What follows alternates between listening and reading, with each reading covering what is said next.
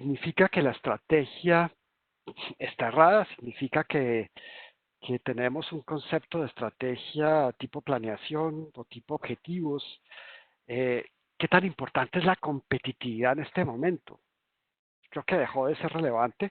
La colaboratividad más bien es la que está entrando a, a jugar. ¿Qué tan importante es la rentabilidad? Pues obviamente que todos necesitamos dinero para funcionar. Tal vez el único que se rescata es el aprendizaje. Estamos en un momento de aprender que las cosas pueden cambiar de manera abrupta sin habernos nosotros preparado, porque no hay nadie que se hubiera preparado a esto, y nos enfrenta a una situación muy particular con respecto a lo que es estrategia.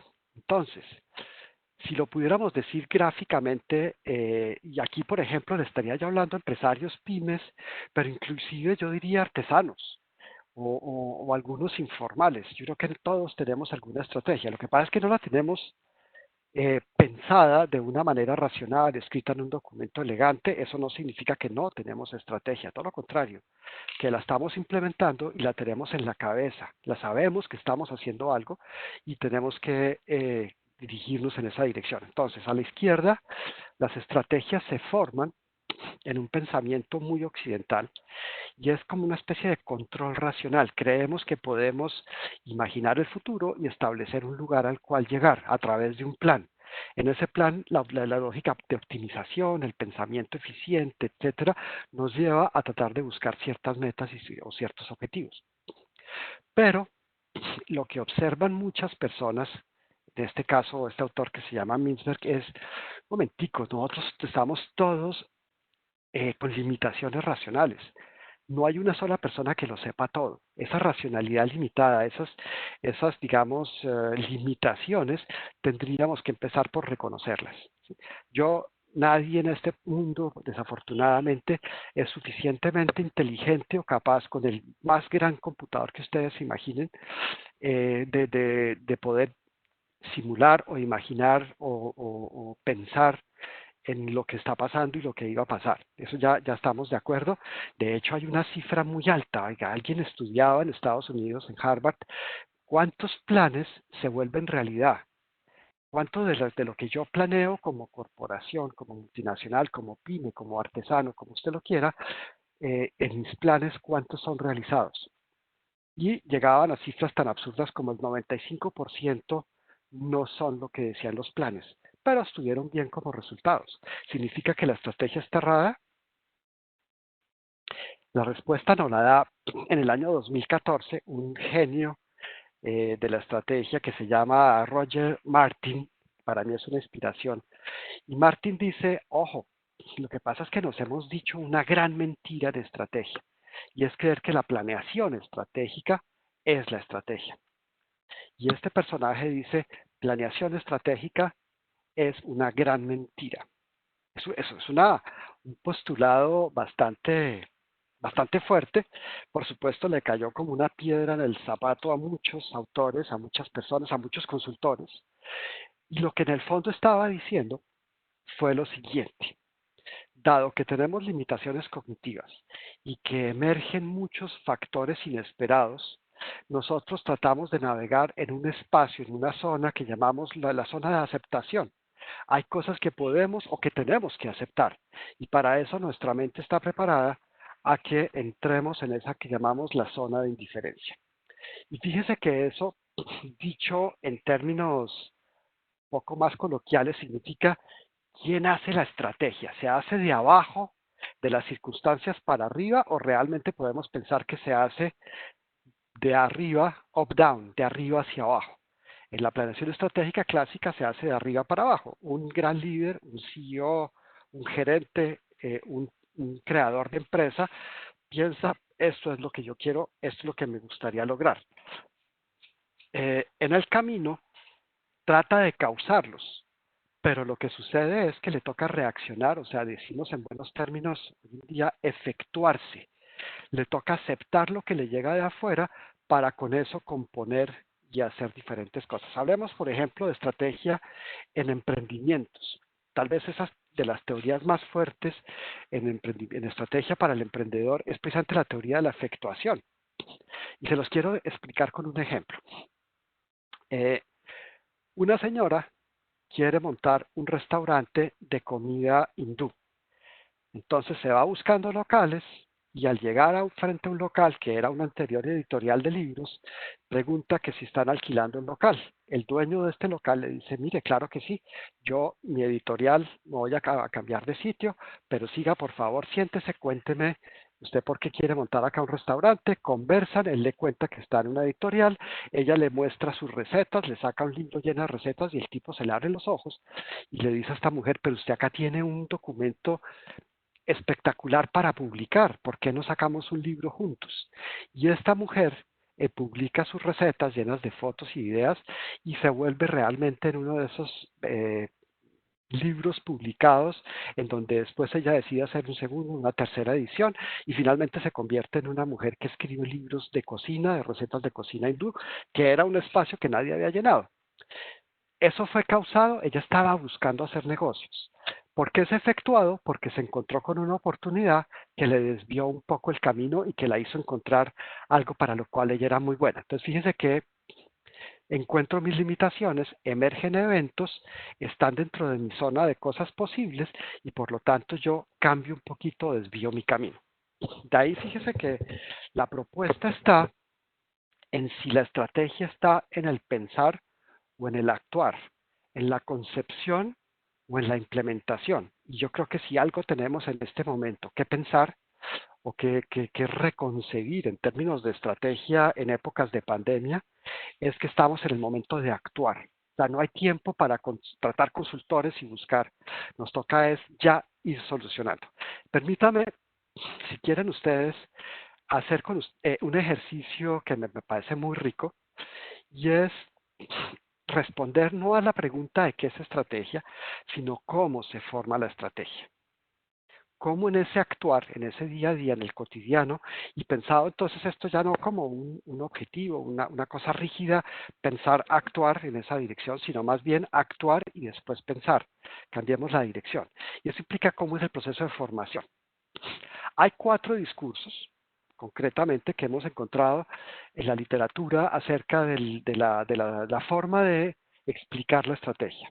Uno clásico, ese uno contingente, sociopolítico y sociocognitivo. En el clásico, si tuviéramos tiempo, sería muy rico escuchar música clásica. Aquí les tenía la primera sinfonía de Beethoven, pero vea, en la música como metáfora es lo que quisiera hacer con ustedes ahorita.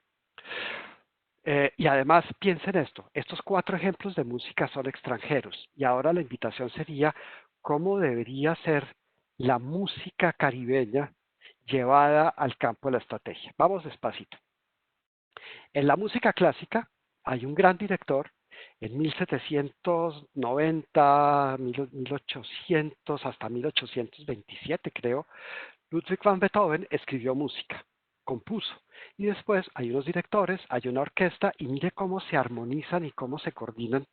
No hay un solo instrumento disonante, el director marca la pauta, y cuando usted va a los conciertos acá, yo siempre vengo en enero a Cartagena a escuchar mis conciertos de música clásica y a disfrutar de esos festivales, la perfección, ¿cierto? Es como el ideal, la utopía que tenemos en la cabeza de una excelente performance. Es cuando realmente usted tiene una partitura, un director traído de Marte, unos músicos que son los mejores en su instrumento y durante 2 horas usted escucha la pieza más maravillosa. Y si todo sale perfecto, está todo acorde con mis planes. Fíjese que ahí se cumple pensamiento, acción. Y el público, a posteriori, juzga el resultado. Eso lo tenemos muy presente y es la estrategia clásica. Ayer uno de los conferencistas precisamente les estuvo hablando de esta manera, digamos, de hacer la estrategia. Y todos tenemos como esa utopía de creer que esta es la perfección y así debería ser la vida. Sin embargo, hoy les quería poner un poquito de música jazz y decidí o escogí una música de jazz, en este caso clásica, ¿cierto? Donde los invito a que hagamos un esfuerzo de apreciación musical.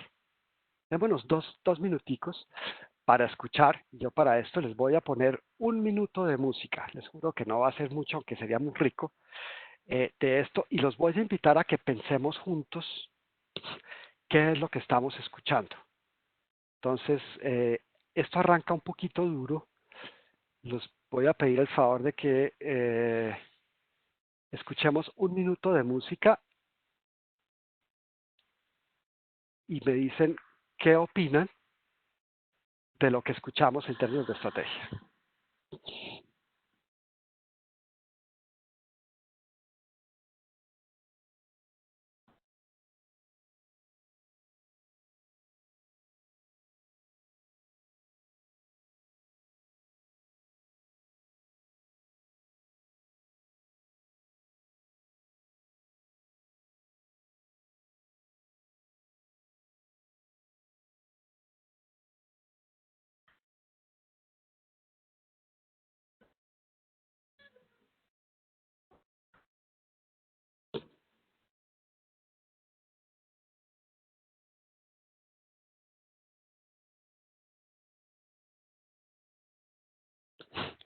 Hasta aquí, fíjense, hemos escuchado un sonido de base, un ritmo, algo bastante pegajoso, y a partir de aquí comienza, yo diría, lo más interesante.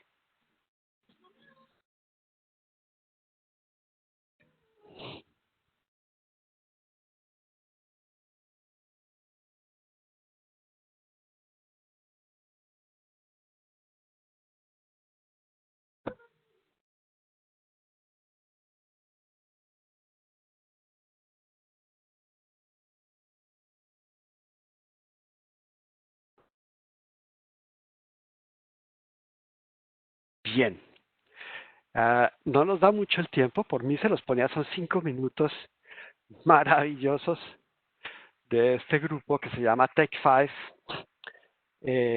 pero debemos continuar. Entonces, acá fíjese que tenemos una aproximación distinta. Aquí la música lo que nos muestra es, como en la economía, hay un mercado, perdón, hay una especie de música de fondo que es como funciona la dinámica tradicional. Eso se mantiene, pero las pequeñas empresas entran y salen, improvisan, lanzan una idea, luego recogen, luego viene el otro, y en esa medida, y es lo que hacen en este caso la orquesta, es que a veces le toca al cello, en otro momento es la batería, el piano también va a improvisar, y el saxo fue lo que alcanzamos a oír. Y así funciona un poco el mercado en las pymes, en las artesanas. De pronto alguien inventa, no sé, un sistema de cojines, otro unas colchas, el otro hace unos tapetes, inventan con unos colores, unas texturas, y entonces alguien saca algo nuevo, lo copian, lo mejoran, luego sale el otro. Lo mismo pasa con los restaurantes. Alguien saca una receta, esa receta pega muy bien, entonces lo tratan de imitar. Alguien sacó sushi, el otro sacó pasteles. Es dinámico, es improvisado en buena medida y son cosas que están pasando. Aquí fíjese que es sobre todo en la innovación, en las propuestas diferentes, en sacar, improvisar y componer, como lo decía anteriormente con el ejemplo, efectuar ante una situación. Si estuviéramos ahorita en el mes de octubre o de diciembre y miráramos para atrás, ¿quiénes diríamos son las empresas que lograron ganar y sostenerse, perdurar, así estuvieran en el negocio del turismo, de la restauración, de los servicios, etcétera? Y lo que vamos a ver que algunas que lograron reinventarse, que lograron sacar productos acordes con la época, es decir, que lograron adaptarse a una situación. Y esa es para mí tal vez la definición de estrategia más adecuada para lo que estamos viviendo. Y el momento me permite entender la estrategia como un proceso adaptativo, como un momento en el que yo genero como empresario unas adaptaciones acordes con la situación. Y la situación que nos tiene a muchos deprimidos, encerrados, comprando en línea, etcétera, pues ahí donde están las oportunidades. Puedo yo encerrarme a cogerme la cabeza y decir no sé, ajá, alguna cosa diría que no puedo decirle a público, pero que toca hacer cambios. Algo me llama a la acción. Entre más rápido lo haga, si la estrategia precisamente es eso, pues tengo que ir a adaptarme. Un ejemplo que me parece lindísimo y que es lo que llaman la estrategia según Gump, la estrategia Forrest Gump. La filosofía Forrest Gump, que es, si ustedes recuerdan la película, hay una pluma que viaja por la pantalla y que cae en un libro y que Forrest la cierra. La historia de Forrest Gump es pura adaptación y en todos los casos gana. Se compra un barco para hacer pesca de shrimps o de camarones y resulta siendo el camaronero que lo enriquece. La plata que tiene decide invertirla en manzanas y la invierte en una empresa que se llama Apple. El tipo decide correr y todo el mundo se va corriendo detrás de él. Él no podríamos decir que tuviera una estrategia planificada, racional, escrita, no, pero todo lo que hizo fue exitoso.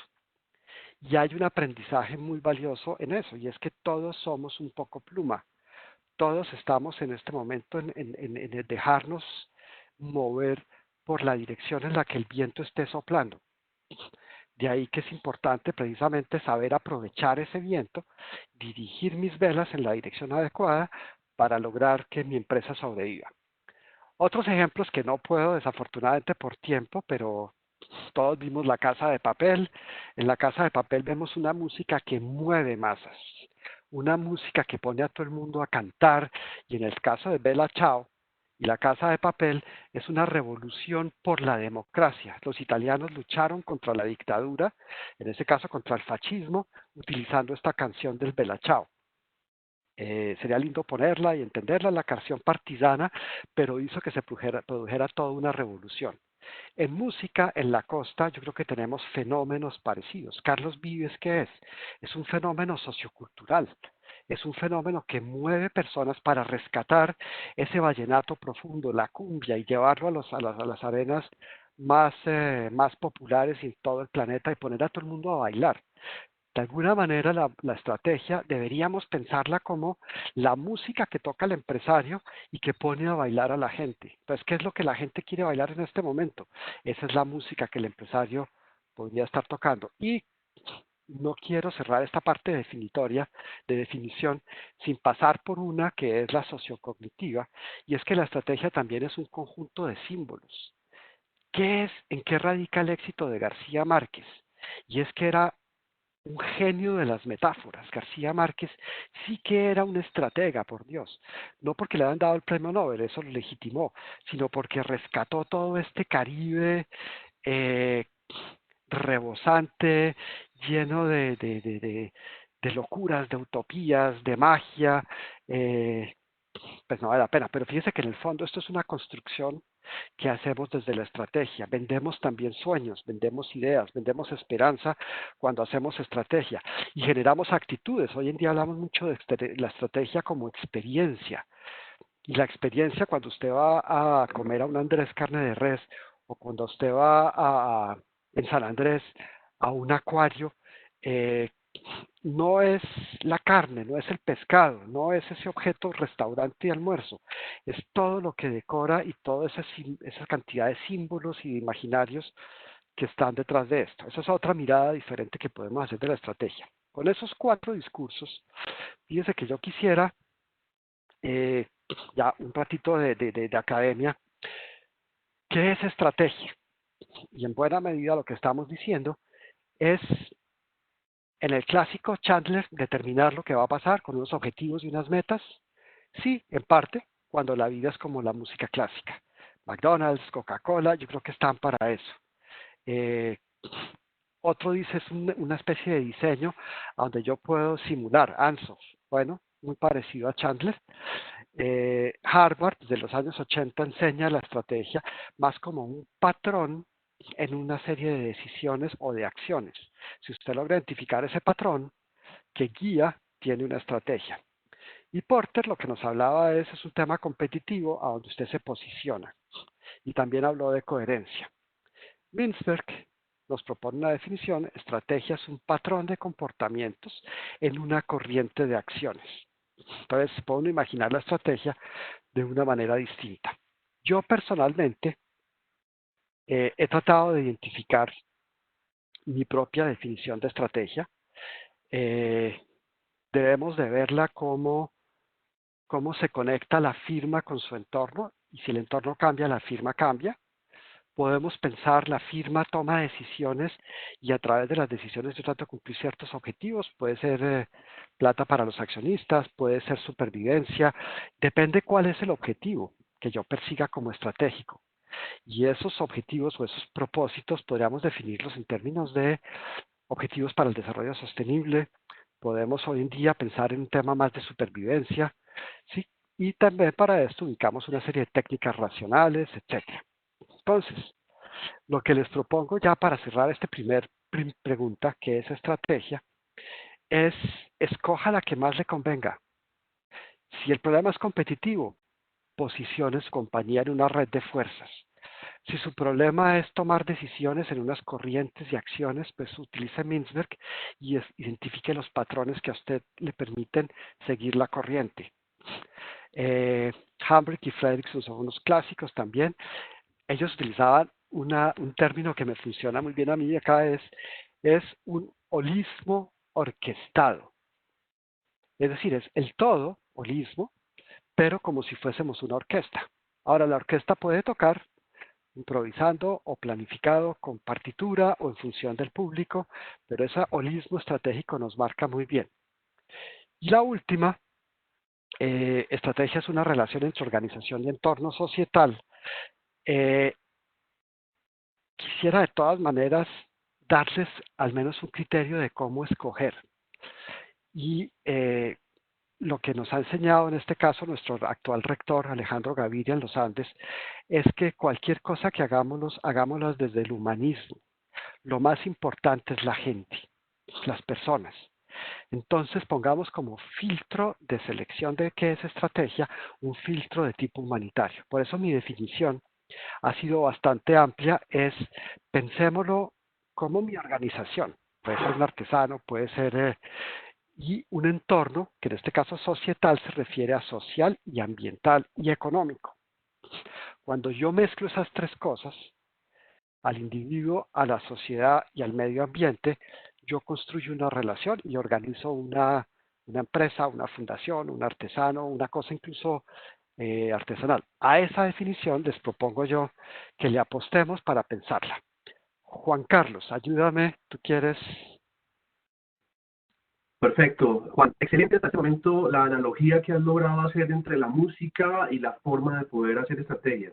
Como les decía al principio, el tema de tener la posibilidad de hacer estrategia casi que hecho a la medida es fundamental y no necesariamente tienen que casarse con una sola metodología que les permita tener una estrategia definida por alguien más. Alejandro Bayo nos hace una pregunta y es, ¿la estrategia en este momento de pandemia debe tener precaución de no alejarse mucho de sus potenciales en una industria determinada? Es decir, si usted trabaja en turismo, ¿cuáles pueden ser las estrategias que se pueden llegar a tener? Muy importante. Gracias, Alejandro. Ha sido recurrente en todos los webinarios, lo agradezco mucho. Alejandro, yo te respondo con una pregunta. Y yo creo que es la primera pregunta que se hacen hoy en día. Si quieres investigar un poco, mira lo que está haciendo en este momento el grupo Mexichem, que hoy en día se llama Orbia, que son los dueños, digamos, de Pavco hasta toda la producción de materia prima. Bueno, es un grupo grande. Ellos, eh, en el pleno 2018, se hacen la pregunta que tú estás haciendo. ¿Por qué existo como empresa?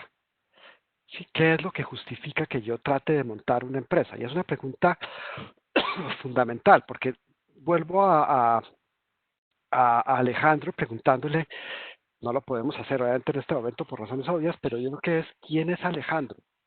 Cuando yo decía que la estrategia debe llevarse a escala humana, yo diría que una empresa, una organización, una pyme, perdón, es una expresión de quién eres tú.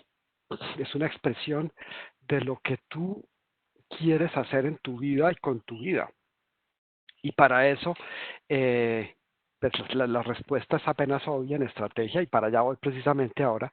Y es cuál es tu misión en la vida y a dónde te ves en el 2025, en el 2030, en el 2050. ¿Qué quieres estar haciendo? Esa justificación no puede ser simplemente plata. Y ahí es donde muchas veces nos hemos equivocado. Si lo que te guía a ti es la plata, pues vas a ser alguien instrumental y eso se presta para muchas manipulaciones y para muchos juegos. Si te quieres realizar como persona haciendo lo que te gusta, muchos estudiantes míos en los Andes están combinando música con administración, derecho con administración, filosofía con administración, porque hay una búsqueda de realización personal con eso que llamamos una organización. Entonces, es la pregunta fundamental en estrategia es la que tú acabas de hacer. ¿Qué es lo que me orienta? ¿Qué es lo que me guía? Es una pregunta muy honesta, incluso te diría intuitiva y emocional, para que puedas en un momento dado encontrarte a través de lo que haces. Es un poquito duro. Yo lo he hecho personalmente con artistas, con gente de circo, con actores. Y esa búsqueda de quién soy yo y qué es lo que le ofrezco a la sociedad te permite encontrar un rumbo fabuloso y además a definir tu estrategia desde, aquí soy un poquito más pragmático, desde un sector, una actividad, un cliente, un mercado, que es el que finalmente va a estar colocando las moneditas o la platica con la que tú vas a poder comprarte tu carro, tu casa, tu educación, tus hijos, tu comida, etcétera. Entonces ahí se genera un trueque, consecuencia de que hagas lo que te gusta, pero no como objetivo de lo que te gusta. Entonces ahí dependería algo más de pensarse uno consigo mismo, hablar con papás, con esposa, con la gente cercana, tratando de identificar, oiga, qué es lo que a mí realmente me interesa y construyes esa relación con el entorno para el cual tú quieres prestar un servicio. Muy válido. Juan Carlos, yo quería para dar respuesta a nuestro querido Alejandro en un artículo que lo acaba de publicar el link en el chat de la reunión, más el chat de Facebook, en donde Juan Pablo Sotro, nuestro profesor y vicedecano de la facultad, ha hablado de la estrategia diferencial en 4 tipos diferentes de empresas. En un grupo 1, de aquellos negocios que permanecen activos, como supermercados, logística, tecnología, envíos, pedidos, entre otros. Un grupo 2, empresas que pueden desarrollar su actividad, sin embargo, de una forma remota, colegios, universidades, como nosotros, sector financiero, firmas consultoras. Un tercer grupo, en donde los negocios están bajo una actividad restringida, como actividades comerciales, hasta ahora están abriendo los centros comerciales nuevamente, restaurantes solamente con domicilios y que apenas se van a empezar a abrir, entre otros, y un cuarto grupo que está entre los que nos menciona Alejandro, que son aquellas empresas que no pueden operar, turismo, aerolíneas, eventos, entretenimiento. Cada una de ellas debe tener una planeación diferente. Y me encanta el concepto que tú das, Juan Carlos, sobre el tema de siempre centrado en el ser humano, que es una parte importante que vimos ya en un webinar de la Red de Desarrollo Empresarial, en el Customer Centricity, es todo el proceso de la compañía centrado en el cliente, no en el producto. Y hacer esa transición les va a permitir tener la posibilidad de ser mucho más resilientes en el proceso de modelo de negocio para hacer que la planeación estratégica, si bien tiene variaciones, no se desvíen del foco más importante que tienen sus empresas, que son las personas y sus clientes. Recuerden simplemente, ya para cerrar esta parte, voy a dar otra pregunta que ya la voy a leer, que el cliente paga todo. El cliente paga el arriendo, el cliente paga el salario de las personas que es la empresa, el cliente paga los proveedores, el cliente paga todo. Apúntenle a eso. Nos hace una pregunta Ricardo Puente Maldonado. ¿Cuál sería el indicativo que me invita a revisar mi estrategia empresarial? Juan Carlos, ¿qué opinas? En este momento, Ricardo, yo estoy apuntándole, por lo menos es lo que en este momento la literatura en estrategia está apuntándole, y es al concepto de valor. Eh, y me apoyo, si quieres, en lo que acaba de decirnos Juan Carlos Flechas, y es que tu cliente finalmente es el factor número uno a garantizar. ¿Qué es lo que quiere mi cliente? Yo hago muchas veces el ejercicio con estudiantes de vaya y pregúntele al cliente. Mire, uno lindísimo, Ladrillera Santa Fe, con nombre propio. Una de las directoras de mercadeo hacía nuestra maestría y vendía ladrillos. Y la pregunta es, con lo que estábamos diciendo antes, ¿cómo llevar esto a escala humana? Y aquí se me va de pronto incluso la garganta a apretar un poquito porque recuerdo la respuesta con un cariño, con un gusto. Esta niña, era una mujer, tenía que ir y hablar con posibles clientes. Entonces había una feria de la construcción y un día llegaron dos señores de edad, una señora muy sencilla con su esposo, y estaban mirando y tocando los ladrillos, y esta niña que tenía una guía de preguntas, precisamente les preguntó, señores, ¿qué les interesa? Y es la señora la que respondió. Les dijo, mira, yo estamos comprando ladrillos, pero por puchitos. ¿Por qué? Porque estamos haciendo nuestra casa. Y nos gusta comprar de puchitos porque aquí el patrón que trabaja en la construcción, él poco a poco me va comprando de a puchitos para hacer nuestra casa, nuestro castillo, nuestro hogar, donde viven nuestros hijos. Esa simple reunión, ese simple encuentro hizo ver que en el fondo no se trataba de vender ladrillos, se trata de construirle castillos a las personas. Y en el caso de esta mujer, Valioso. no quería comprar realmente ladrillos, ella lo que estaba era, además hizo un comentario muy lindo, y es que el patrón, el esposo, le había hecho un baño, una cocina que se le olvidó ponerle ventana. Que quedó muy chiquita y un poquito apretadita, pero lo decía con tanto cariño que no importaba. Entonces la compañía decidió que más que entregar ladrillos, lo que quiere es asesoría, ayudar en la construcción, les puso incluso seguro de obra, es decir, empezó a tener una aproximación diferente para la venta. Vea, Bavaria hizo ese brinco en los años de Sam Miller. Pasamos de ser una empresa que vendía cervezas por muchos años, Julio Mario Santo Domingo, que todos lo conocemos, y pasaron a vender parche, a vender el jueves de los amigos, a que usted con la Club Colombia compra estatus, o que con el águila es alegría, es goce, es diversión. Ese cambio actitudinal es bajar la estrategia y los productos y toda esa lógica muy estructurada a un ámbito mucho más eh, humano, que es un poco lo que está detrás de esto. Incluso, vea, se los digo en forma más clara, sospechen de una teoría a donde usted no vea al actor. Si usted se va a ver una obra de Shakespeare que se llama Hamlet y no tiene príncipe, algo raro está en esa obra. En la estrategia pasa lo mismo. Hay muchas propuestas de economistas muy reconocidos que se les olvida el ser humano. Y si la estrategia no tiene al ser humano, yo creo que arrancamos con el pie equivocado. Perfecto, muchas gracias, Juan Carlos. Hay una pregunta y comentario de Eduardo Pérez. Dice, soy emprendedor y me gustaría que me hablaran sobre estrategias de marketing que podría utilizar para subir, un momento por favor, que se me corrió el chat, que podría utilizar para subir mis productos y qué plataforma actual están disponibles para subir mi información. Muchas gracias.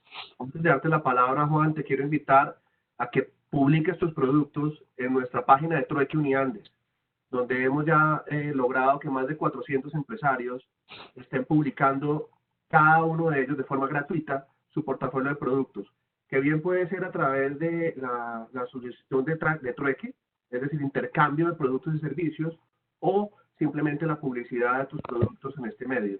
Pero hay diferentes formas y dejo a Juan Carlos, el experto en el tema, que te pueda dar una respuesta sobre el tema específico. Gracias, Juan.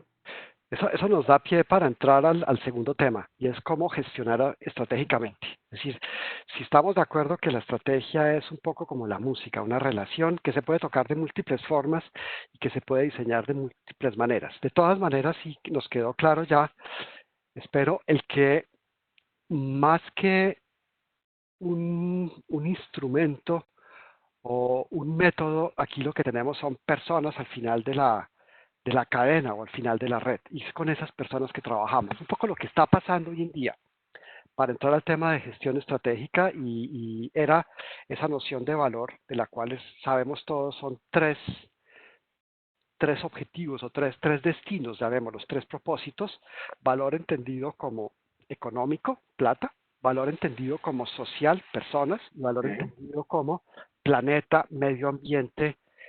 Así entonces, la respuesta es: muchos de nuestros clientes a los que llegamos nosotros son personas, seres humanos con problemas, personas de carne y hueso. Ya eso precisamente es a lo que recomendamos tratar de llegarle.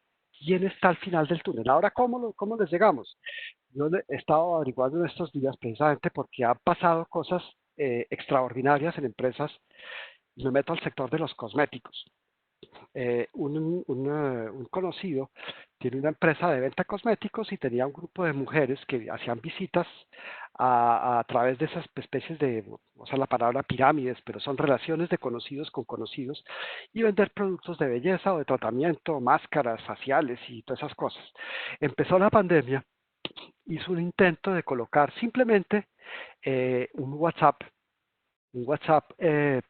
y página, perdón, correos electrónicos, que es lo más básico para entrar en esto y me dijo, un día me llamó y me dijo, estoy impresionado. En un fin de semana vendí lo de un mes cuando empezó la pandemia. ¿Cómo es posible? Necesito investigar esto. Entonces, claro, empezamos a averiguar. Hay incluso en este momento ofertas de distribución de productos en una primera etapa gratis y tú tienes plataformas en este momento, oferta inmensa dependiendo del producto que estés tratando de vender. Hay unas muy generales como Linio, como Mercado Libre, etcétera, pero también hay otras más específicas en sectores de actividad. Y en este momento hay incluso ofertas para hacerlo gratis porque la demanda es inmensa, sin hablar de Rapis o de Laika para productos veterinarios. O sea, hay una gran cantidad. Eso lo puedes investigar muy fácilmente a través de Internet, incluso actuando como cliente. Pero eso no es lo que a mí me preocupa. Lo que a mí me preocupa es que no se les olvide que al final, en el otro lado del cable, hay personas, ¿cierto? Y eh, para responder a esa pregunta inicial, ¿cómo se forma la estrategia? Fíjese que hay que ponerle voluntad, que es lo que tenemos a la derecha, pero también hay que adaptarse a lo que en el entorno, hacia donde el viento sople. Por eso puse el ejemplo de Forrest Gump. Y en esto habrá elementos que son rutinarios, regulación, pero hay mucho de innovación. En ese cuadrante trate Ujú. usted de posicionarse, porque en algún lado usted va a ser líder, en el otro es el entorno el que lo determina. ¿Y qué es lo que hace Forrest Gump? Adaptarse al entorno. ¿Qué es lo que hace un líder?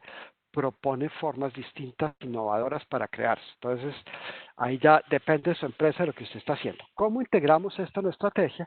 Y aquí utilizo Kaplan y Norton también, que son muy famosos, y es, trate primero de desarrollar usted qué quiere. Aquí volvemos un poquito a la pregunta de Alejandro. Desarrollar la estrategia significa esas preguntas fundamentales. Ahora las exploramos un poco más. ¿Qué quiero yo? ¿Qué le quiero ofrecer? ¿A dónde me veo en el futuro? ¿Cuáles son los valores que me inspiran? Para eso me toca entonces, paso al número 2, hágase unos planes, no los haga demasiado complicados, haga unos planes para definir, listo, si yo quiero eso, me voy a ir por aquí, por aquí, por acá. ¿Con qué redes? ¿A través de qué canal? Etcétera. Alinee la organización, busque los recursos, ahí hablamos de esbeltez, los recursos indispensables, lo que no, quítelo, planifica las operaciones y aquí viene la clave, aprenda y controle. ¿Cómo? A través de mediciones. Mediciones, como le decía yo hace poquito, de las tres dimensiones claves del valor. Valor económico, valor social y valor ambiental. ¿Qué estoy teniendo yo como impacto? Y a ese sistema de control, entonces usted hace una serie de pruebas, de pronto unos prototipos, adapta y de pronto eso lo lleva a volver a repensar su estrategia. Lo interesante es este ciclo. Ese ciclo de 6 cosas, no sé por qué razón, pero históricamente hay explicaciones, lo hacemos anualmente. Resulta que enero, diciembre son los meses de reflexión, de escribir, de pensar. Bueno, Zara, que es la ropa famosa que llamamos fast fashion, moda rápida, lo hace cada 8 días, cada 15 días. ¿Por qué no?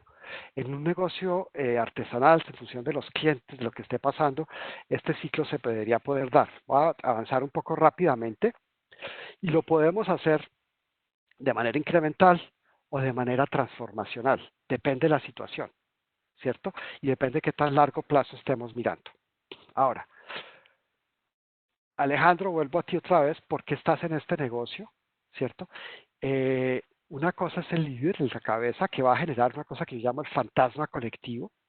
Lo que él piensa se va a irradiar en un grupo de empleados y de personas que están contigo, y esos son los cimientos que permiten que las cosas funcionen. Ese propósito, esa razón de ser, es tu misión. es lo que debe expresarse en lo que tú quisieras brindar a los clientes. Ojo, hay misiones con enfoque de oferta. Esas para mí son malas misiones. Producir y empacar papas fritas. Bueno, eso es oferta. La otra puede decir deleitar los snacks con un snack, los tiempos de entre comidas.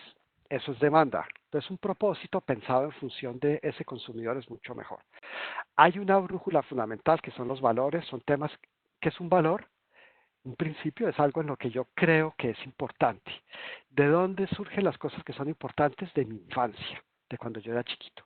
A eso a lo que yo le doy importancia es lo que en última se va a volver como algo que maneja mis actitudes, que guía mis comportamientos, incluso que me permite improvisar. Uno nunca improvisa en el vacío, uno improvisa de una manera regulada con esos valores fundamentales, que es lo que llamamos la cultura o el alma de la organización. Un empleado es alguien que comparte esa alma, ese DNA. Y todo esto se hace también con una visión de futuro, que es lo último que les voy a hablar el día de hoy, si el tiempo me lo permite. Eh, pero aquí nos comentó al principio Juan Carlos que la clave está en cómo pensamos la estrategia. Yo diría también incluso acción estratégica, pero el pensamiento tiene unos 5 elementos. Primero, ese pensamiento estratégico se basa en hipótesis. Yo hago una hipótesis en este momento en épocas de pandemia y es que en octubre, en julio, en diciembre, no sé, va a pasar tal cosa. Tengo que pensar en el pasado, en el presente y en el futuro. La estrategia no puede ser solamente futuro, como tampoco puede ser replicar las experiencias del pasado, ni tampoco se puede construir desde lo que estoy viviendo en el presente. Sí, de los elementos que le dan sentido, que eso es importante. Luego viene algo que llamamos inteligencia oportuna o oportunidad inteligente. Y es que observando lo que está pasando, yo creo que, por ejemplo, gimnasios, si algo está sufriendo la gente y están sintiendo, y sobre todo la gente de más de 60 años, es de la quietud, de este encierro. Cualquier oferta por internet de entrenar, de hacer sesiones de ejercicio, de usar el 5 de la mañana a 7 para hacer cosas que se mueva el cuerpo, y más todavía con personas de edad, yo creo que eso tiene un éxito inmediato. Entonces, ven las oportunidades en lo que esté pasando, pero cambiando algunos elementos. Ahora, también tiene que ver con un foco. En estrategias, claro, hay un target. Lo que quiero que piensen es que el único target no es la rentabilidad. El target lo podemos definir y ojalá sea estrategia con propósito. Eso está de moda. Con propósito significa que usted la piensa en función de lo social. Y piénselo como la música. ¿Por qué canta Carlos Vives? Porque él es un gestor cultural. Y eso lo hace más grande. Ahí ustedes tienen una estrategia con propósito, muy de aquí del Caribe.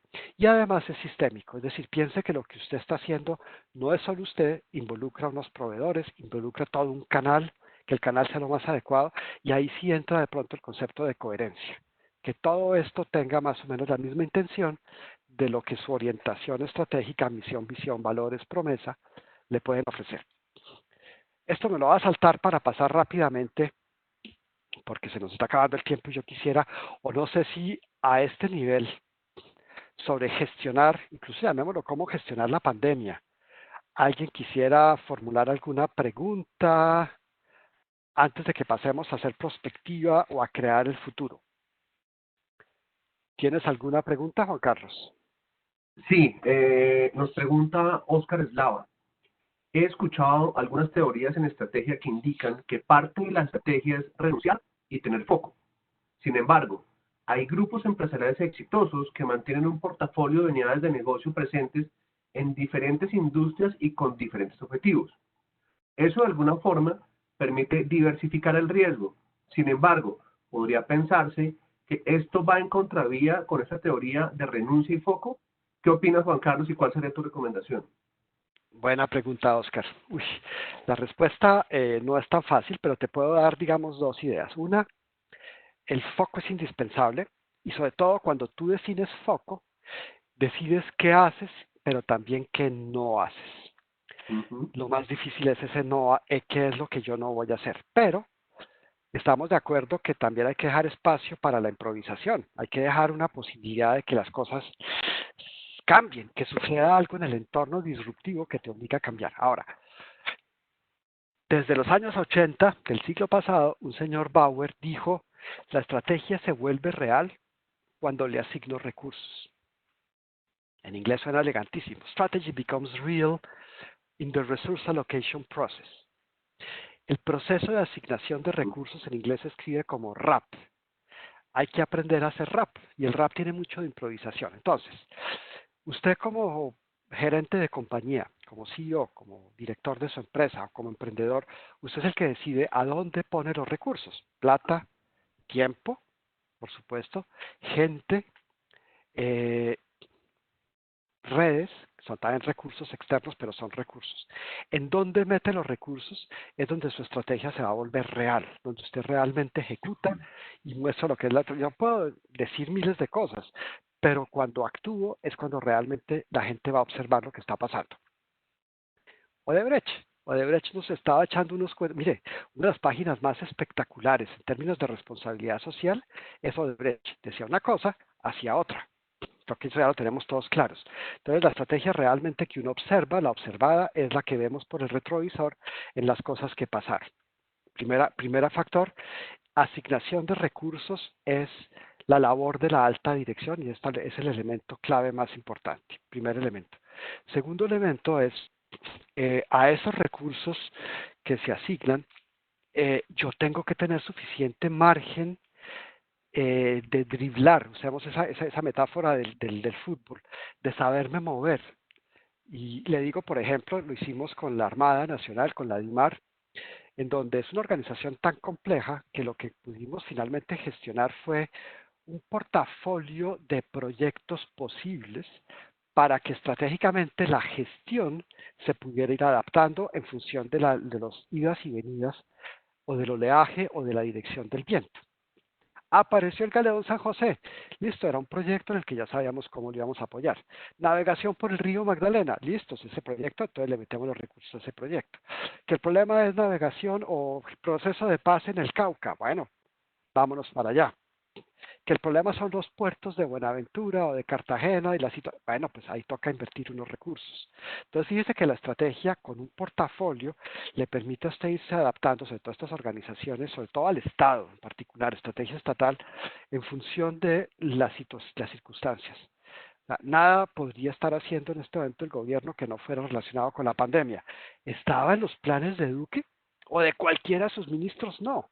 La genialidad o la buena gestión está en la capacidad de adaptarse y para eso nada mejor que ir avanzando con un frente en proyectos. Si usted tiene una serie de proyectos, le permiten esa adaptación. Ahora, ¿cómo definir esos proyectos? Precisamente tiene que ver con el futuro. Y voy a tratar de hacer esto muy rápido porque yo sé que el tiempo corre. Eh, un par de frases que para mí son importantes. Ustedes ya vieron el DeLorean que tenemos ahí. Ese es el viaje que quiero iniciar con ustedes ahora. No hay vientos favorables para el que no sabe para dónde va. Tiene que fijar esa misión, esa visión, ese norte. Pero el futuro no se puede prever. ¿Cómo nos preparamos para eso? Precisamente he ahí el asunto. Entonces, si usted estudia, y esto es una invitación para que ustedes investiguen, ¿cuáles son las megatendencias? ¿Para dónde va esta vaina? Mejor dicho, estamos todos en un barco que está atravesando una tormenta, la llamamos pandemia, COVID, encierro, como quieran. ¿Cuáles son los grandes cambios que estamos viviendo como sociedad en este momento? Y algunos se aceleraron, otros se frenaron. En la literatura, y estos son consultoras como McKinsey, el grupo High, Harvard, o sea, hay mucha gente tratando de entender cuáles son esas fuerzas que impulsan en este momento y que están definiendo el mundo de hoy y el mundo de mañana. ¿Qué es lo que podemos nosotros hoy en día saber hacia cerca de un futuro probable? Si podemos responder a esto, al menos en cierta medida, podemos dibujar escenarios. Y ante esos escenarios, voy a hacer aquí una pequeña pausa. Imagínense que Pedro Gómez, el constructor, estuvo un día dando una charla en la universidad y no sé, nos contó infidencias de cuando él llegó a Bogotá, que era joven, venía de Boyacá, llegó a estudiar a la capital sin mucha plata y le tocó buscarse un trabajo y él decidió que trabajaba por las noches cuidando una bodega porque la bodega le permitía estudiar. Entonces empezó a estudiar, conoció gente maravillosa, tenía unas redes buenísimas y eso le permitió empezar a imaginarse que él quería ser un constructor. Y la pregunta que se hacía en ese momento, pero ¿y qué construyo y a dónde lo construyo? La respuesta la encontró trabajando en planeación distrital. Se dio cuenta que Bogotá era una ciudad que seguramente, porque ya estaba pasando en Estados Unidos, iba a necesitar de centros comerciales. Entonces el tipo se le ocurrió y vio los planes de expansión de la ciudad, que por allá en el norte, lejos de Bogotá, en un sitio que se llamaba Unicentro, que era una región de una zona de casas, allá seguramente cabría en unos lotes que estaban vacíos un centro comercial. ¿Qué es lo que hizo él de genial? Porque es un hombre pues que todos conocemos con una fortuna, con una empresa grande, un líder social, porque vio el futuro. Y si usted es constructor y ve potencial en un lote, usted ve que yo estoy aquí en Cartagena frente al deprimido, la entrada desde Barranquilla a Cartagena, y si usted sabe que van a construir esta vía, cualquier lote que quede por acá cerca, pues va a ser una posible fuente de prosperidad. Entonces, ver el futuro tiene un enorme potencial, nos permite construir escenarios. Las megatendencias precisamente tratan de identificar eso. Y ahora les vamos a hacer un pequeño sondeo a ustedes. Hay 5 grandes tendencias que las consultoras han identificado. Una es la urbanización. Este planeta se está urbanizando, pasó de ser más o menos mitad urbano, mitad rural, y el planeta hoy en día va hacia 2/3 de la población vive en ciudades, 1/3 vivirá en el campo allá en el 2050, si no estoy mal. El cambio climático, estamos viendo eso y ahí sí que somos hormiguitas sujetas a lo que pase. Si se inunda, si hay sol, si hay escasez, todo eso nos está llevando a que estos climas nosotros simplemente los aceptamos como lleguen, pero está llevando a que ciertos recursos empiezan a escasear y esto se va a complicar un poco más en el futuro. El poder económico global también está variando. Ahí ustedes ven las banderas de China, de Estados Unidos.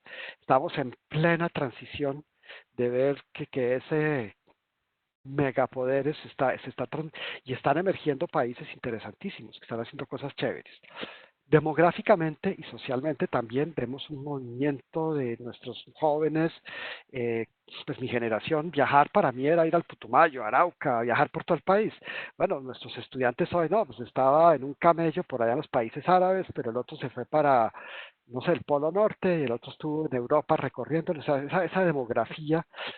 Ya en el salón de clase no es raro tener 3, 4 extranjeros, eso se está moviendo muchísimo. Y bueno, tecnológicamente la cosa también se está moviendo muchísimo.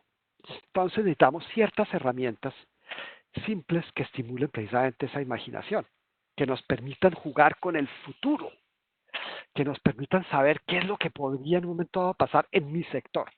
Entonces yo ya me estaría preguntando si estuviera en el sector turismo, ¿qué va a pasar? ¿Cómo va a ser el turismo del futuro?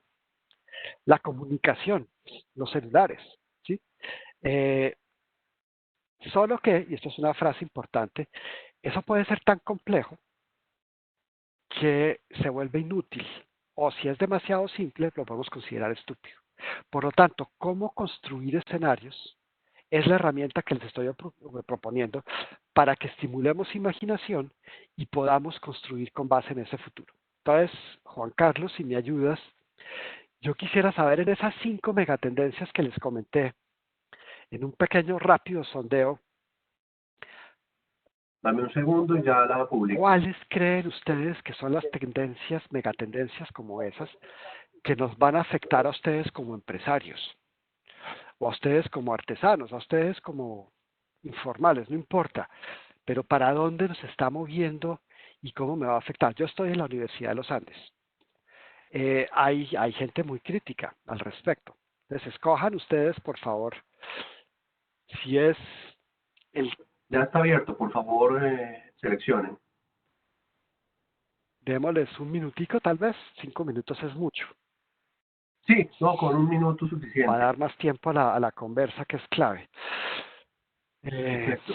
la escasez de recursos, por ejemplo, ya sabemos, China está en este momento comprando muchas empresas en América Latina porque acá tenemos enorme cantidad de recursos. Hay regiones a donde el agua se volvió escasa, y ustedes lo vieron en la prensa.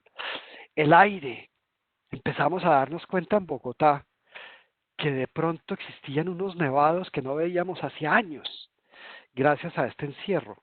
Sabemos que volvieron a aparecer, pero por Dios, que no nos pase lo de México, que es una enorme cantidad de personas con afecciones respiratorias, porque el aire es tan tóxico que empiezan a aparecer toda clase de dificultades. El aire se volvió un recurso escaso. La gente es otro recurso que se empieza a ver una especie de guerra por el talento. Hay cambios demográficos inmensos y ni hablarles a los agricultores, por ejemplo, si aquí tenemos gente con finca que cultiva, ya empezó usted a pensar en la utilización de los drones para saber a dónde va a suceder una enfermedad y poder hacer, por ejemplo, fumigaciones dirigidas solamente en aquellas plantas que están cambiando el color o que tienen alguna presencia. Entonces, fumigación con drones, por Dios, eso ya lo están haciendo en muchas partes. Eh, bueno, son todas una cantidad de transformaciones. Veo que la tecnológica es la que tiene mayor importancia, 13 de 68. Los cambios demográficos en segunda, el cambio climático lo vemos. Muy poquitos la urbanización y algunos los cambios de poder en el mundo. Eh, Solo les dejo un mensaje importante a los que no respondieron. Puede ser por razones tecnológicas también, pero sí es muy importante que ustedes busquen o piensen en esa tendencia que los va a afectar. Y ya les enseño incluso cómo hacerlo. Primero, fíjese el estilo de vida. Y saqué esta foto porque en gran medida yo me siento así. Yo me vine para Cartagena porque tenía una semana de receso, un fin de semana del que nos habían dicho, vamos a hacer un juego, vamos a encerrarnos por este fin de semana solo por practicar. Eso fue creo que el 16 de marzo. Bueno, todavía seguimos practicando. Hoy en día no hay mayor felicidad que poder ir a hacer compra al supermercado cada 10 días. ¡Qué delicia! Eso es la dicha total. Hoy en día ese cambio que nos está dando implica, por ejemplo, clases remotas. Nos hemos vuelto duchos en Webex, en Zoom, en Collaborate, en cuantas herramientas haya, porque eso es necesario. Lamentablemente, mucha gente todavía no las maneja, pero por ahí están sucediendo las cosas. En términos de dirección y de liderazgo en las empresas, lo mismo está pasando. Usted tiene que gerenciar y hacer reuniones a través de este tipo de plataformas. Bueno, eso nos abre posibilidades inmensas, sobre todo cuando usted tiene otros empleados en el exterior, están en el negocio internacional. El medio ambiente, el cambio climático está llevando a que hoy en día hay constructoras que cuando toman decisión sobre el material que van a utilizar, miden la huella de carbono. Y usted sabe que un ladrillo, volviendo a ese ejemplo, consume mucho más carbono o genera mucho más carbono por su forma de cómo se produce que un panel de material tipo drywall o parecido, o madera. Entonces, ahí toca empezar, calcular, medir, y en un momento dado eso nos va a afectar. Esa huella de carbono yo creo que se va a volver cada vez más importante. Crear usted aliados y proveedores que sean sostenibles y que lo puedan demostrar. Es decir, hay ciertas habilidades cognitivas que empiezan a aparecer para combinar lo ambiental, lo social y lo económico. En tema de robótica, analytics, inteligencia artificial, eh, los aparatos hablándose entre sí.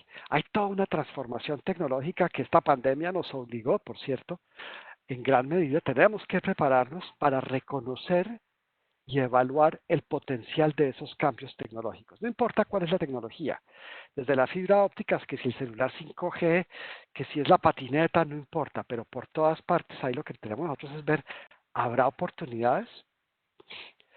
Ciudades del futuro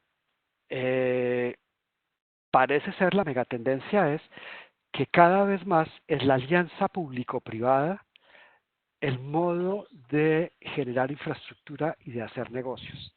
En esto vemos cada vez más también movilidad sin carro, movilidades en grupo, pensar incluso en que usted produce lo que se va a comer en el jardín de su casa, las hierbas aromáticas, las especies, y empezamos todos a tener ya vemos ofertas de gente que le vende a usted una cajita para que usted produzca su hierbabuena para las agüitas, pero ¿por qué no hay tener también las especies con las que cocina?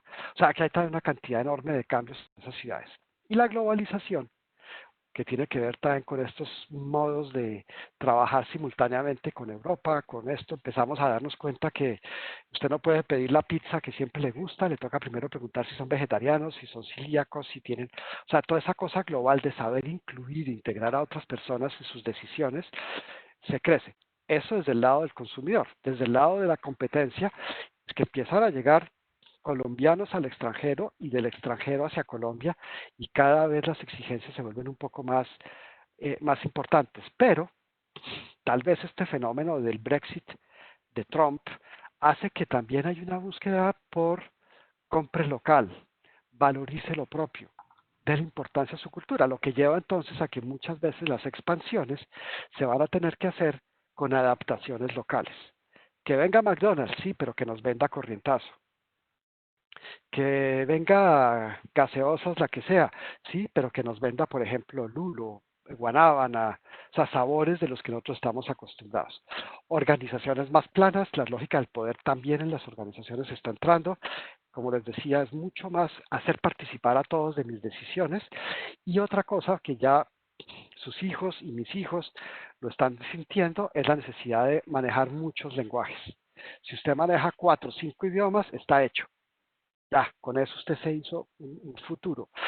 Pero no es solamente el idioma, también hay que saber adaptarse culturalmente a los diferentes.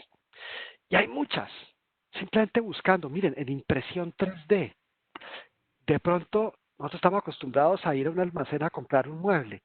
¿Qué pasa si tuviéramos impresoras para sacar un mueble 3D de la forma que yo quiera y después lo pinto y lo, ¿me explico?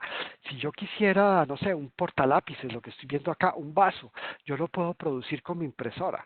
Entonces, el forma de vender eso de pronto va a cambiar. Economía circular, automatización. La música ya no se compra en CDs ni en cassettes, ni se escucha la radio. Ahora todo es streaming y yo le digo acá, hey Google, tócame música de piano y esa vaina suena. Y si estoy cansado digo, échame un chiste. Eso ya es otra cosa, es otra manera de hacer. Las compras en línea, yo creo que si algo aprendimos en la pandemia fue esto. Y ojo, se prendió el Google. Hay unas profesiones que tienden a desaparecer. Los invito a que busquen ustedes qué va a pasar con los abogados, qué va a pasar en el futuro con ciertas ingenierías, la contabilidad. ¿Será que es una profesión de futuro?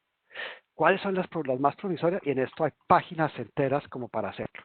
Entonces, con esas megatendencias, usted se hace unos escenarios. ¿Qué es un escenario? Son hipótesis que deben ser relevantes, coherentes, probables, pero sobre todo transparentes. No trate de crearlas usted solo, hágalo con un grupo.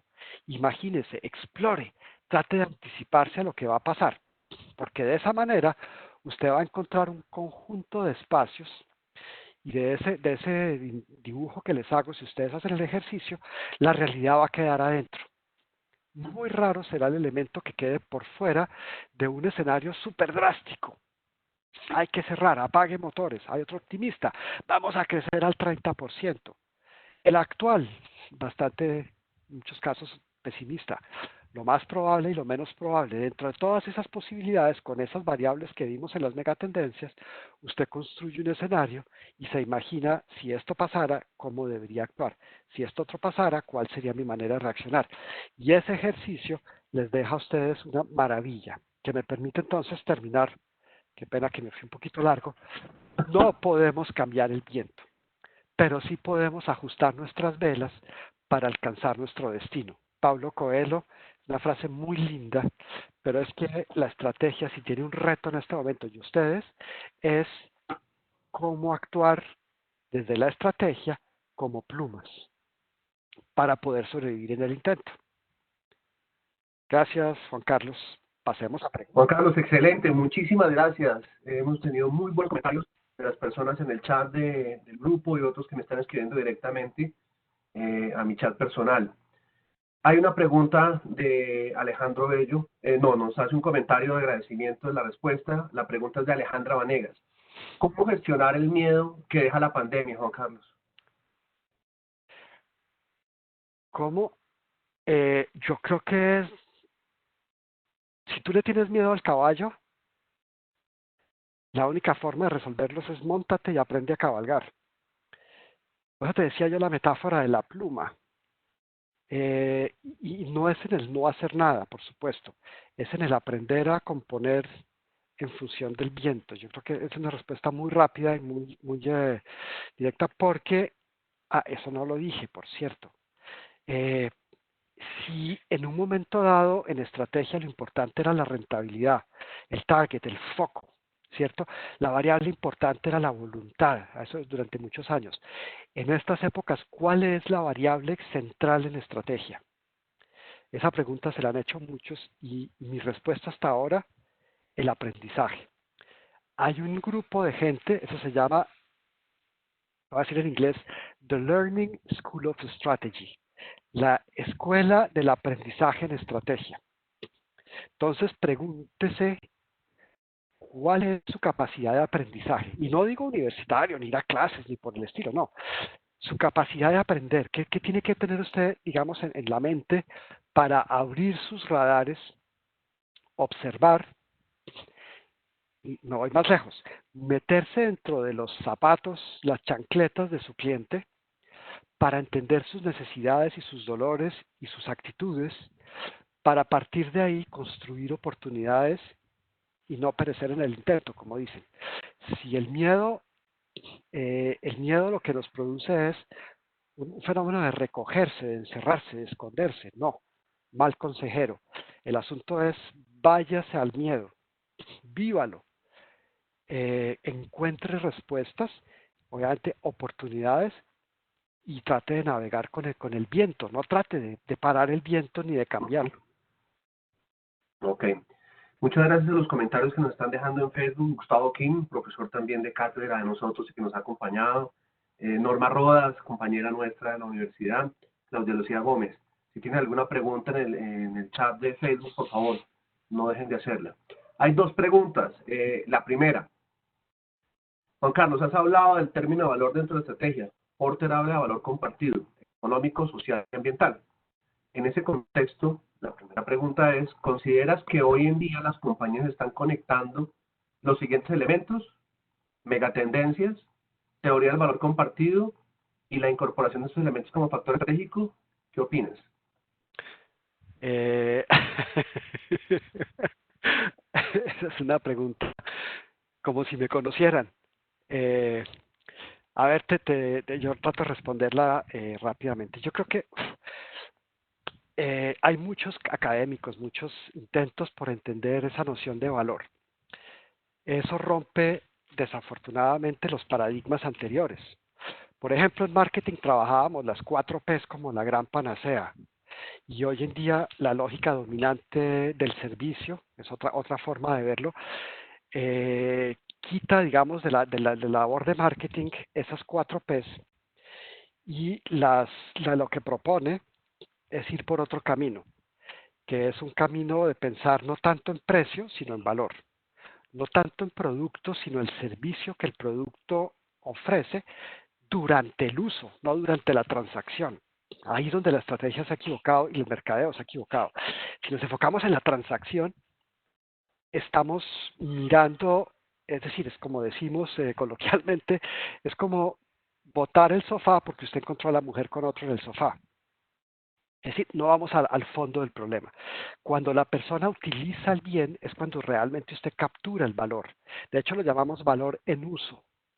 Es durante el uso. Por ejemplo, mis estudiantes, ¿cuándo sé yo que realmente valoraron sus enseñanzas? Cuando trabajaron afuera, es lo que llamamos una competencia. La competencia es algo para trabajar. Cuando mis estudiantes son competentes, yo creo que creamos valor en uso para ellos. Cuando tú compras el ladrillo, el ejemplo de ladrillo que di anteriormente, no es la compra-venta de ladrillos, Ujú. es el uso, el castillo, el poner a tus hijos, a tu mujer a cocinar en un espacio protegido, bonito, agradable. Ahí es donde está realmente la captura de valor. Lo mismo podríamos decir de un carro. No es que tú vayas y compres el carro, es que con el carro tú casi que despliegas tu personalidad. Y en el uso del carro, ahora te lo venden con 100.000 kilómetros, con incluso te lo alquilan. ¿Para qué comprar? Si usted puede alquilar el carro y cuando se canse del color o del no sé qué va y lo cambia. Es lo que hacen en Canadá todos mis colegas. Allá nadie compra carros. Es en Colombia donde todavía estamos comprando carros. Lo que vale es el uso que le doy al carro. Alquílelo y si pasa algo la aseguradora paga. Y si usted quiere cambiarlo, pues lo devuelve. Entonces, valor en uso es un fenómeno súper clave que ha cambiado la forma de hacer las cosas. Eh, en lugar de canal, yo preferiría pensar en redes. Y algo que sí está pasando con lo de valor compartido es que la gente muestra desde sus proveedores más abajo hasta su canal de distribución con quién estoy haciendo mis cosas. Y eso hace que cuando usted va a un restaurante wok, come pescado sostenible que viene de Vallasolano y la gente dice, wow, qué delicia. Están comprando eso. Alquería. Dice que los que están ordeñando son una gente por allá de la Macarena que trabajaron, que eran reinsertados, que no sé qué. Yo compro leche, pero valoro que esto sirva para que haya más gente pacificada, digamos, para que haya gente viviendo de la leche que produce. Entonces, si yo sé eso, yo le atribuyo valor, llamémoslo valor compartido, si quieres, que es reconocer el valor en otros actores que están relacionados con mi negocio. No es más eso lo de valor compartido, que lo han trabajado muchos otros autores también eh, y que hay mucho conocimiento al respecto, pero que se está utilizando todavía en demasiado pocas empresas. Yo diría que si quieren buscar ejemplos, busquen Sistema B, empresas de Sistema B hacen mucho esto, venden maní y regalan desayunos, te dan cosméticos, Natura, y por otro lado están resolviendo unos problemas en el Amazonas fabulosos, etcétera. Entonces las compañías se vuelven compañías con propósito, compañías que logran eh, mover socialmente y desarrollarnos en muchos frentes. Carlos, aquí hay un tema importante que lo hemos encontrado dentro de las empresas participantes de la red de desarrollo empresarial y es que algunos somos muy buenos haciendo planeación estratégica y nos diseñamos todo, tenemos los escenarios perfectos, pero somos pésimos comunicándola al interior de la organización. Entonces la planeación estratégica se queda entre el 5, 7, 10% de la compañía sin que sea divulgada al interior. Y nos hemos encontrado cuando hemos hecho ejercicios de planeación estratégica involucrando a gran parte del equipo de las empresas que las personas no tienen ni idea en qué negocio están. Entonces lo hacen es por un salario, por hora labor, que no les permite definitivamente aportar en ese cumplimiento estratégico. El ejercicio que hemos hecho con muchas de las empresas nos ha permitido lograr dos efectos importantes. El primero es lograr que la estrategia sea conocida, divulgada y vivida por toda la organización para que el aporte vaya siendo igual en escala hacia arriba, el feedback y el aporte, porque en últimas los vendedores somos los que tenemos al frente al cliente permanentemente y somos los que estamos oyendo las necesidades de ellos. Y la segunda es que hemos logrado la implementación de modelos que nos permiten hacer un gobierno corporativo adecuado. Porque si se une gobierno corporativo con una planeación estratégica fuerte, se puede lograr un muy buen trabajo de lograr sus objetivos. Con un último ingrediente adicional que lo hemos trabajado con Luis Díaz, desde la parte de familia, del tema de protocolos de la familia, cuando es una empresa familiar, el 86% de las empresas en Colombia, del 1.632.000 que hay, pertenecen a una familia, a la parte societaria de familia, y eso nos permite hacer que sea un tema robusto para que la empresa, la familia, y en general el negocio salga adelante. Quería aportarte esto también dentro del tema, antes de pasar a la pregunta de Giovanni Mancilla, no sé si quieres comentar algo. Sí, un pequeño comentario, Juan. Claro, no, que compro inmediatamente todo lo que tú acabas de decir. Son desarrollos interesantes en contextos específicos. Y aquí sí mi mensaje un poco fuerte es, volvamos a la música, es decir, aquí en la costa, en el Caribe, ¿cómo deberíamos pensar la estrategia? Y yo creo que pensémosla como el vallenato. ¿cómo hacemos nosotros? Digamos tú en la organización, la alta dirección, toca una música. Esa música la tenemos que bailar empleados, proveedores, no necesariamente al interior de unas fronteras que llamamos organizacionales, sino incluso fuera de las fronteras. Y ojalá que involucraras a tus clientes. Si tú logras esa comunidad, por así llamarla, de personas que adhieren a tu proyecto, pienso Tina Newman, que es de por acá. Ella vende ropa de diseño. Si Tina, con la música que toca, que es con sus productos, hace bailar a un grupo de gente, pues tiene éxito como empresaria y hace que las niñas jóvenes, por ejemplo, a tener una estrategia hacia teenagers, se vistan como sus mamás, una propuesta societal, donde las niñas se sienten lindas. Ese tipo de música es la que uno debería oír porque sabe que así funciona la niña y de hecho lo saca desde sus valores, desde lo más profundo de quién es Tina. Estoy usando un ejemplo, digamos, de aquí de la costa para dar, encontrar metáforas que nos sirvan. Ahora, empresas de familia, pues bueno, Tina divorciada, tiene hijos, etcétera, no es tan inspirador, no se adapta para lo de ella. Ella tiene que tocar su música. Y los que nos están escuchando, la invitación es precisamente a eso. ¿Cuál es el tipo de música con la que usted y su grupo dentro de la organización les gustaría trabajar? Hágalo inspirador, sáquelo desde las emociones para que sea pegajoso, para que la gente adhiera a su proyecto. Ese volverse pegajoso, hemos encontrado que los valores, aquello a lo que le damos importancia, nos permite generar o movilizar con razones intrínsecas, desde adentro, que la gente actúe así porque es lo que siente, lo que piensa, incluso que improvisen. Yo no tengo problemas, porque la lógica jerárquica en estas megatendencias es más que la estrategia se haga desde abajo hacia arriba, que tú le puedas delegar a alguien, y de hecho lo hacemos, con una especie de creencia o mito de que como que yo dije que hicieran eso, entonces lo van a hacer bien. Pero igual la gente en el terreno, en el día a día, pues le toca improvisar. ¿Qué necesitas tú para hacer una improvisación guiada? Unos valores muy claros que te sirven, digamos, como nortes. Un propósito al que todos adherimos y ese gran propósito se vuelve en el proyecto en el cual todo lo que hagas va a estar bien si lo haces en esa dirección y le dejas autonomía a estas personas. Fíjate que estoy hablando de un sistema menos jerárquico. No se aplica a todo, estoy de acuerdo. Habrá ciertos sectores a donde hay problemas, digamos, con el nivel de educación y es que tú no puedes delegar. eh, Una de las enemigos más grandes de esto es el oportunismo. Cuando tú actúas en función de tus intereses personales y no de los de tu organización, se te derrumba el castillo de naipes. Entonces hay que tener mucho cuidado con el oportunismo. Pero si logras construir un ambiente de confianza, delegar y hacer a trabajar a todos por razones intrínsecas y porque tenemos claro el norte, son organizaciones que progresan y que pueden cumplir con esos nortes, digamos que no solo enriquecer al dueño de la empresa. El norte tiene que ser algo un poco más amplio. Queremos que nuestros turistas que lleguen acá disfruten y tengan la experiencia de aprendizaje cultural, que conozcan el Caribe de García Márquez, que sientan la música, que vivan nuestra cultura. Bueno, ese tipo de cosas, fíjate que tú las puedes delegar y en función de cada cliente, pues que el que los atienda en el sector turismo haga su mejor papel. Entonces, un poquito mi respuesta es volver a lo mismo. Okay. Muchas gracias. Giovanni Mancilla nos hace una pregunta que nos afecta a todos. Cuando la realidad es más drástica de todo escenario, ¿qué es lo que está pasando hoy? ¿Qué hacer, Juan Carlos? Adaptarse, maestro, no hay de otra.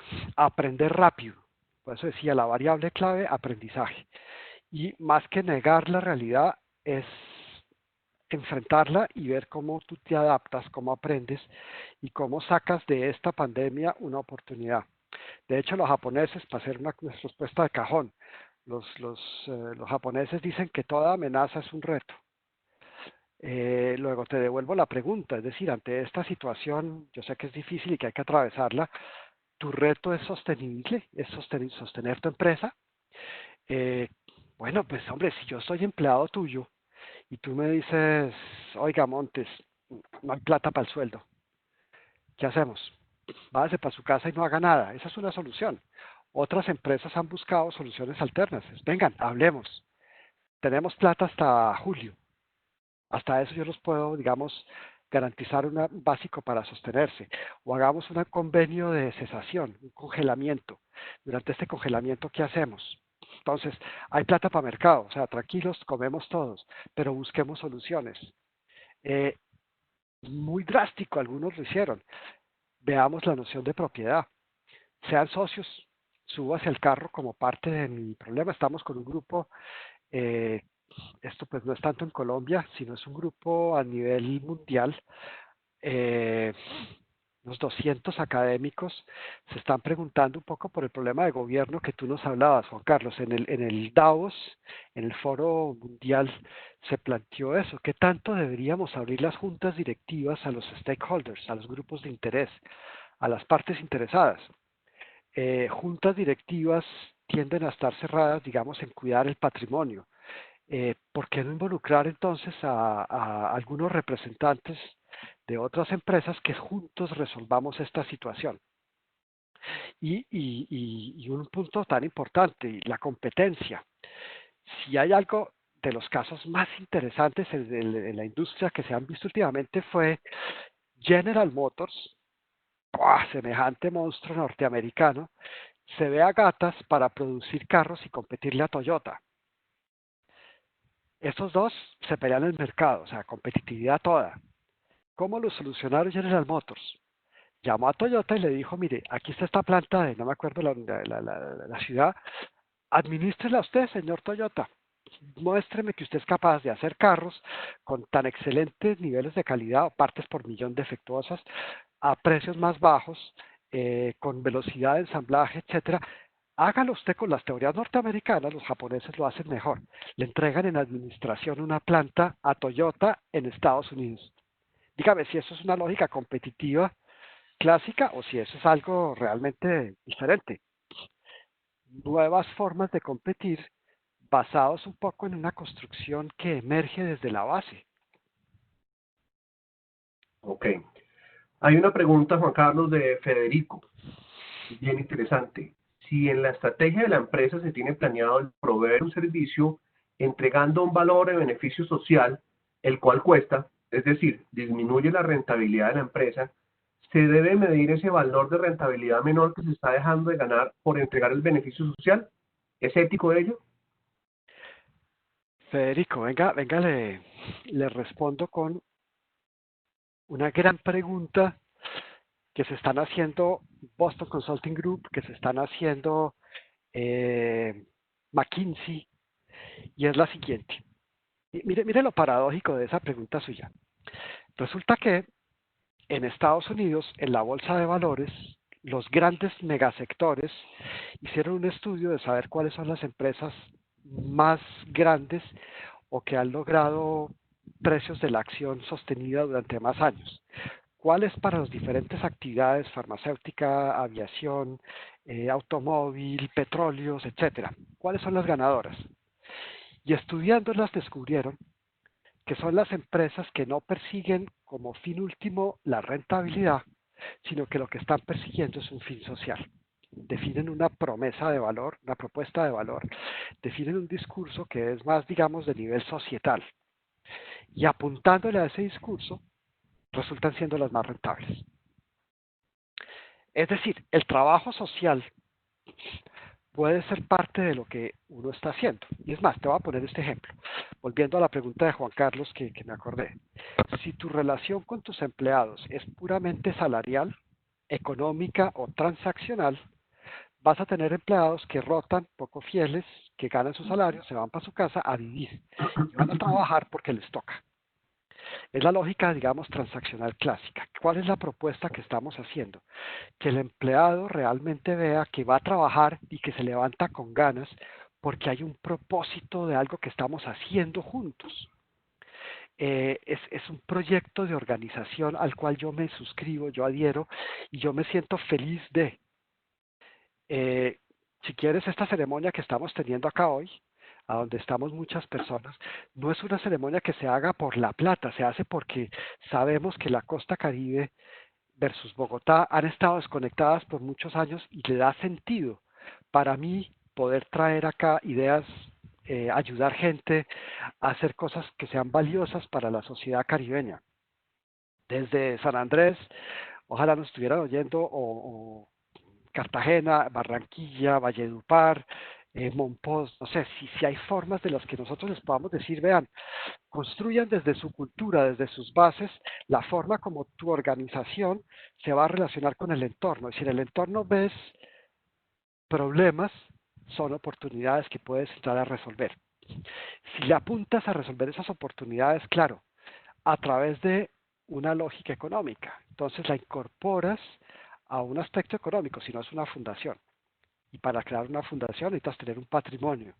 Pero si lo que estás haciendo es algo económico, no mires solo lo económico, sino a través de lo económico busca llegar mucho más lejos. Y háblalo también en términos ambientales. Yo no conozco ningún animalito, aire, agua o tierra que ponga plata para nada. Pero si tú lo haces al final del día a través del concepto de valor y lo haces reconocer, posiblemente el sistema te lo termina agradeciendo. No sé cómo funciona eso, Federico.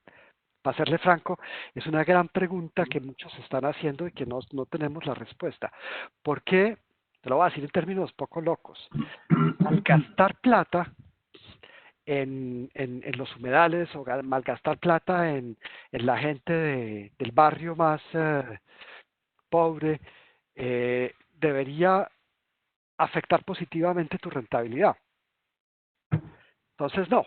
Las empresas que han logrado incorporar en su trabajo económico, incorporar elementos de medio ambiente, incorporar elementos sociales, people, planet y profit, y que tú con esas tres cosas juegues de una manera, en una combinación magistral, la sacas del estadio. Y hay muchos ejemplos de empresas. ¿Cómo funciona ese enlace? Miércoles. Yo quisiera poderte decir, mira, la receta es, haz esto, esto y esto. Cada empresario encuentra una fórmula original distinta. Te podría dar miles de ejemplos que han sido súper exitosos, pero es precisamente porque encuentran esa combinación mágica a donde lo que tú muestras es más de índole social ambiental y al final obtienes como consecuencia una mayor rentabilidad. Bueno, Juan Carlos, muchísimas gracias por esta participación, infinitamente agradecidos desde Sede Caribe y su directora Marcela Ariza por la participación tuya en el día de hoy. Queremos informarles que desafortunadamente la siguiente conferencia a las 11 de la mañana, nuestra profesora Luz Marina Ferro, la debemos suspender y será reprogramada para la próxima semana, oportunamente les estamos informando. No se la pueden perder. Luz Marina lleva más de 10 años estudiando y parte de su doctorado en Canadá fue sobre el tema de internacionalización de pymes. Los elementos que ella nos va a dar sobre este tema son fundamentales para pensar en cómo lograr la búsqueda de mercados fuera de nuestros territorios. Por favor, excúsenos por la reprogramación, pero lo vamos a hacer la próxima semana. Los invitamos a la siguiente conferencia hoy a las 3 de la tarde con Jorge Eduardo Sescún. Vamos a trabajar estructurando una respuesta a la crisis financiera derivada del COVID-19. Jorge Eduardo también es profesor nuestro y trabaja los temas financieros de una forma tal que les va a dar un aporte muy importante. No olviden responder la encuesta, por favor. Es importante para nosotros obtener ese retroalimentación, ese feedback de ustedes para seguir mejorando. No somos perfectos, pero estamos en el camino de lograr el apoyo que estamos con ustedes. Y recuerden que Estamos Contigo Caribe es una campaña promovida por Unibandes Caribe y su directora Marcela Ariza. Cuenta con el respaldo de más de 65 aliados que están viendo en pantalla en este momento en toda la región. Alcaldías, gobernaciones, cámaras de comercio, gremios, medios de comunicación y entidades de apoyo a la pequeña y mediana empresa. Un agradecimiento muy especial a Uniandinos Capítulo Norte por su apoyo en la convocatoria y respaldo a esta campaña y también a nuestros medios de comunicación aliados, especialmente a RCN, al Universal, República, El Isleño y demás diarios locales. Los invitamos para que, por favor, el panel 17, que vamos a hacer el 17 de junio con los presidentes de Cámaras de Comercio del Caribe, vamos a hablar sobre la reactivación económica en la región. Están cordialmente invitados. Y este no es el primer contacto que van a tener con nosotros. Esperamos que sigan vinculados a cada uno de ellos.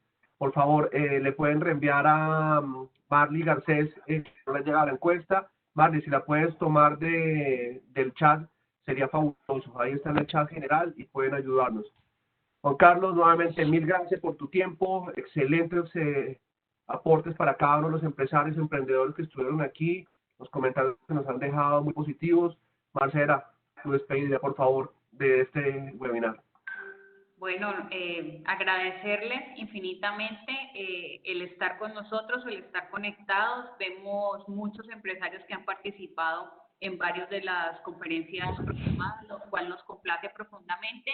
Y bueno, darle un agradecimiento muy especial a Juan Carlos por ese enfoque en términos de estrategia. Los esperamos entonces a las 3 con nuestro próximo conferencista y no dejen de inscribirse, por favor, a los siguientes conferencias de los próximos días. Muchas gracias.